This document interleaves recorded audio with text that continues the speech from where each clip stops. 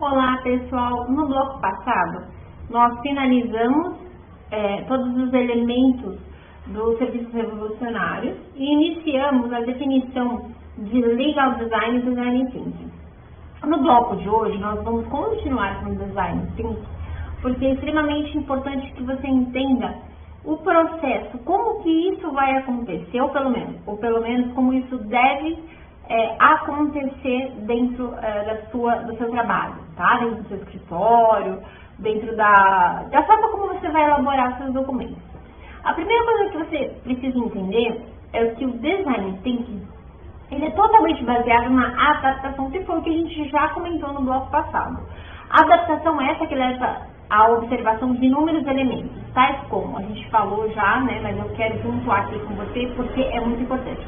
O processo criativo. O processo criativo ele envolve o seu conhecimento já que você já tem, né? Então ele sempre vai partir do conhecimento prévio, que é o que você já adquiriu na faculdade, que é o que você já chegou até aqui. O conhecimento do assunto que você quer elaborar, seja no caso concreto do seu cliente, ou seja para alguma apresentação, ok? Então isso aí já é um pressuposto basilar que já não está mais nem aqui, porque a gente já pressupõe que isso você já tem. Aí você vai fazer estudo e pesquisas, observação e ideias e colaboração e etc. Isso mais dentro desse caso específico que você quer trabalhar.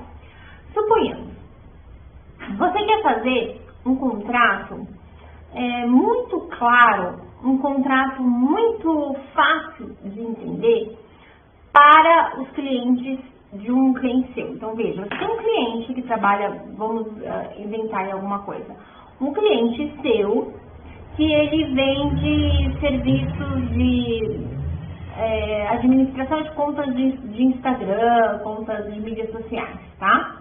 Ele vende esse serviço.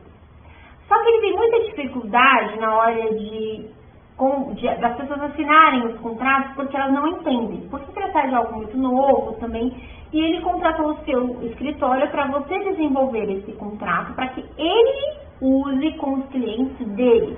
Que seja um contrato claro, um contrato limpo, mas um contrato que as pessoas possam compreender sem ele ter que ficar toda hora tirando alguém de um determinado serviço para ficar lá explicando o contrato, de como que ele é, como que ele funciona, cada cláusula. Ele quer um contrato de fácil entendimento, ok? Para que as coisas fluam com mais rapidez, porque precisa ter essa dinâmica, enfim. E aí ele contrata o seu serviço. Aí você vai pegar um contrato básico que ele já tem lá, que não está funcionando, e vai estudar o que as pessoas entendem. Quais são os maiores questionamentos? Por exemplo, você pode perguntar para ele, tá, mas quais foram os maiores questionamentos? Ele vai te apontar alguns. Ele vai apontar algum para você, olha, essa cláusula aqui, eles não entendem o que é postagem, eles não entendem o que é feed, eles não sabem o que é stories, eles não sabem o que é reels. Então, assim, aí a gente, na hora que vai fazer o contrato, são tantos stories por dia, eles não entendem isso, eles não entendem o que é views. Então, fica difícil de a gente toda hora estar explicando para eles, e para eles escolherem também, porque depois eles fecham algo conosco e ficam, mas eu pensei que era outra coisa. Pode ser um tema muito diferente, muito novo para muita gente, né? E aí você precisa criar um contrato mais adequado para que eles entendam. Então, veja, você vai pensar, de repente você pode chegar lá com a sua mãe, com a sua tia, com as pessoas até um pouco mais velhas que você consegue conviver, que tem acesso à internet, a esses elementos, e fazer algumas perguntas para ela, para você observar. Você sabe o que é feed? Não, aí você tem que explicar. Você sabe o que é stories? Como isso funciona? Para você ir pegando realmente as deixas, qual é o problema. Porque é isso que a gente vem solução de problema. E qual a sugestão, então, que de bate-pronto desse exemplo que eu criei agora, tá, gente? Que eu tive de ideia já aqui de insight. Bom, eu vou fazer desenhos, né?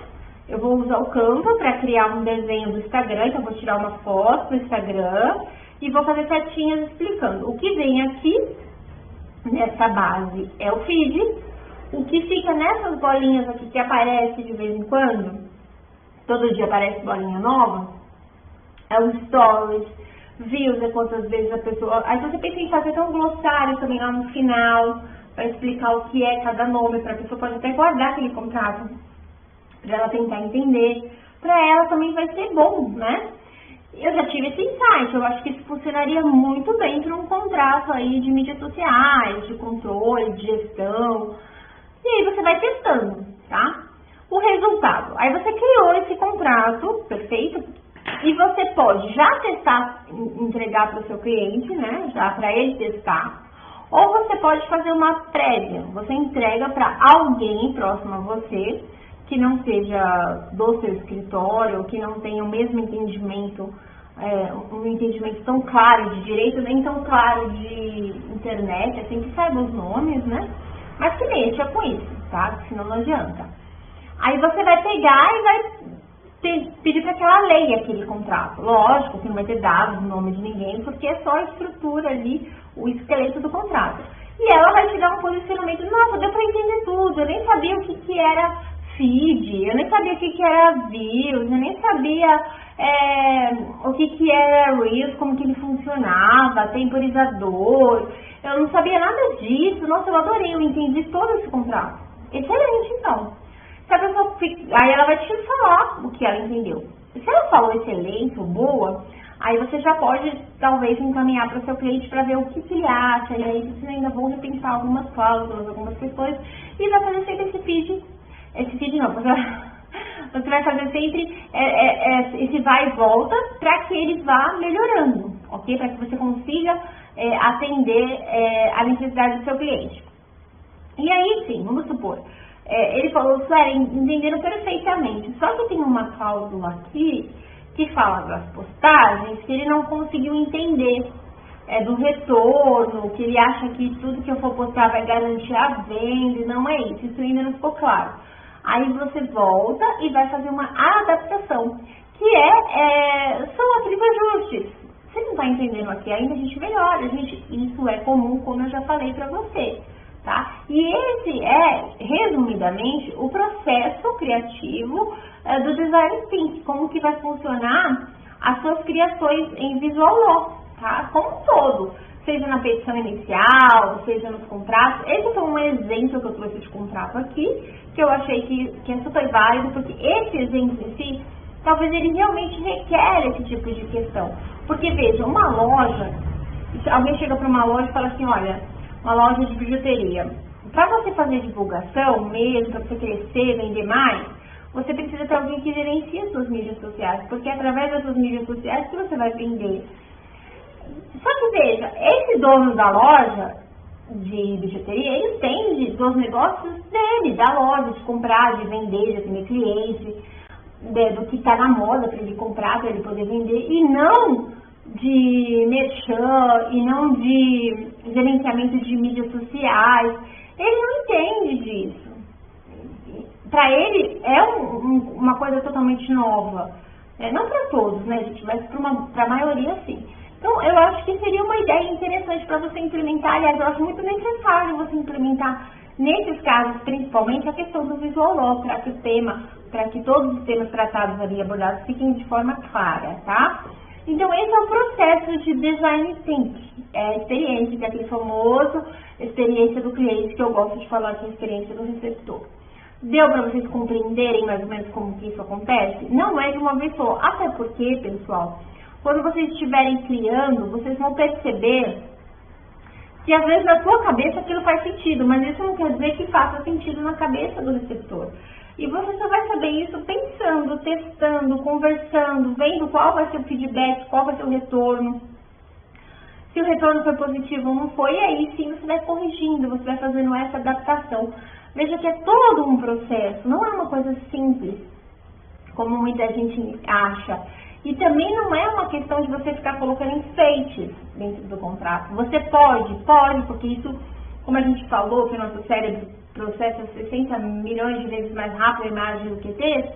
Então, sim, já ajuda ele quer saber qual vai ser o orçamento, ele vê lá o símbolozinho do dinheiro, ele já sabe que é ali, bate o olho, ele já sabe que é ali que está tratando de dinheiro. Ele não precisa ler cláusula por cláusula, o título da cláusula, para ele saber qual que vai estar tratando sobre dinheiro. Sobre o pagamento, entende? É fácil sim, mas não é só isso, é muito mais além, é você traduzir tudo aquilo. É o legal design, né? Que é traduzir tudo aquilo do mundo jurídico para que todo mundo possa compreender perfeitamente, ok? Agora que você já entendeu como que é tudo isso, você já consegue começar a criar todo esse processo na sua cabeça para entregar para o seu cliente. Gente, tem mais fases aqui do Design Thinking na prática, como isso acontece, eu deixei o link aqui para vocês, tá bom? É importante vocês se aprimorarem, entenderem cada um desses teminhos, se você se interessar, tá? Que isso só vai agregar para o seu trabalho, perfeito? Agora eu vou falar com vocês de um assunto extremamente importante também, que é a tipografia. Só lembrando que o curso não é de tipografia, perfeito? Mas eu quero que você entenda e saiba que também existe essa possibilidade de você utilizar nos seus trabalhos, ok? Em tudo aquele material que você for elaborar. A tipografia, pessoal, é o estudo da aplicação das fontes, caracteres, tamanho das fontes, formatos, medidas, estilo, entre outros recursos existentes, visando estruturar o texto de forma mais harmoniosa, clara e agradável à leitura. Tá? É você escolher também dentro, por isso que é importante a gente tratar um pouco sobre branding, sobre identidade visual aqui, porque mesmo se você for usar só tipografia, você não quiser em alguns materiais utilizar o Visual Law, você quer só utilizar a tipografia, que é mais tranquilo para você estruturar ali, você precisa ter uma identidade, você precisa saber qual é a letra que você vai usar, qual é a fonte, qual o tamanho dessa fonte, tudo vai entrar aqui na tipografia, mas no seu estilo também.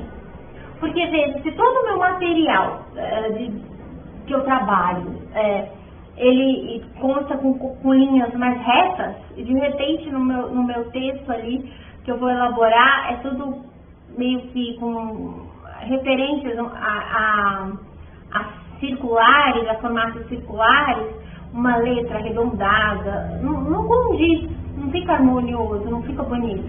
Porque se todo o meu material, ele é em linhas retas, a minha letra também tem que ser uma fonte, né, mais reta, para conversar, o meu material conversar com a minha identidade visual, com o meu brand, tá? Por isso que é importante.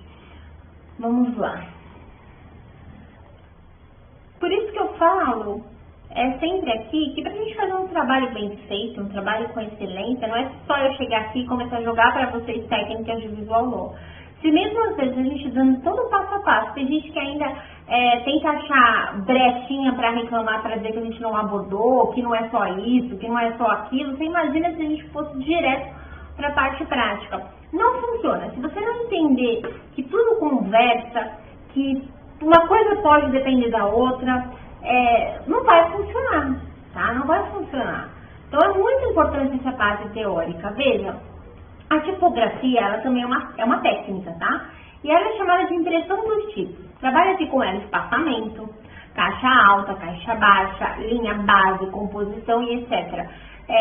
Sempre visando uma leitura agradável e de fácil compreensão. Vejamos um exemplo simples, eu vou colocar aqui. Aqui, tá? Nem escrevi nada, só para você entender. Quando você olha aqui esse texto, já é cansativo, já te irrita, né? Agora, quando você pega um texto mais limpo, ele está centralizado, você vê que o conteúdo é praticamente o mesmo, né? Mas ele está centralizado, ele está com um espaçamento mais adequado, a letra não está tudo em negrito, só está o título em negrito, o restante não está em negrito, então isso já deixa o texto mais agradável. Veja, um simples exemplo, que nem tem texto aqui para a gente poder falar, já consegue demonstrar para você a diferença de um material mais interessante, mais adequado para trabalhar. Então, seria mais ou menos isso, ok? É interessante também você melhorar esse conhecimento sobre tipografia também, que é a gramática, a forma, mas tudo alinhado ao seu branding e à sua identidade visual, perfeito? Agora, gente, a gente vai começar a adentrar no tema de Visual Law propriamente dito, que é muito importante. Você também saber o conceito dele para a gente poder começar a trabalhar. Visual Law vem do Legal Design. Lembra que eu falei para vocês que ele está dentro? O Legal Design é muito amplo. É um pensamento mais completo que abrange muito mais coisas. E o Visual Law ele vem, então, no legal design, né? E de uma maneira bem resumida para a gente falar sobre ele, é a união do design, das formas, de como você quer demonstrar algo com a tecnologia. O conceito original de Legal Design Lab é de Stanford e tem seus estudos coordenados pelo Margaret Henry, que eu já falei aqui para vocês, tá? O Visual Law, o fato é que atualmente o Visual Law tem ganhado força por ser uma técnica extremamente útil na atuação do profissional da área jurídica. Cada dia mais a gente vê falar sobre Visual Law, cada dia mais. Desde gente que é favorável, desde pessoas que são contrárias, porque também não conhecem, né? Então, é um assunto que hoje, mesmo que você não queira usá-lo, você tem que saber o que é o Visual Law e entender se ele pode fazer parte do seu dia a dia ou não, tá? Gente, no próximo bloco a gente continua falando aqui sobre Visual Law, perfeito? Para não esgotar aqui o nosso tema, tá?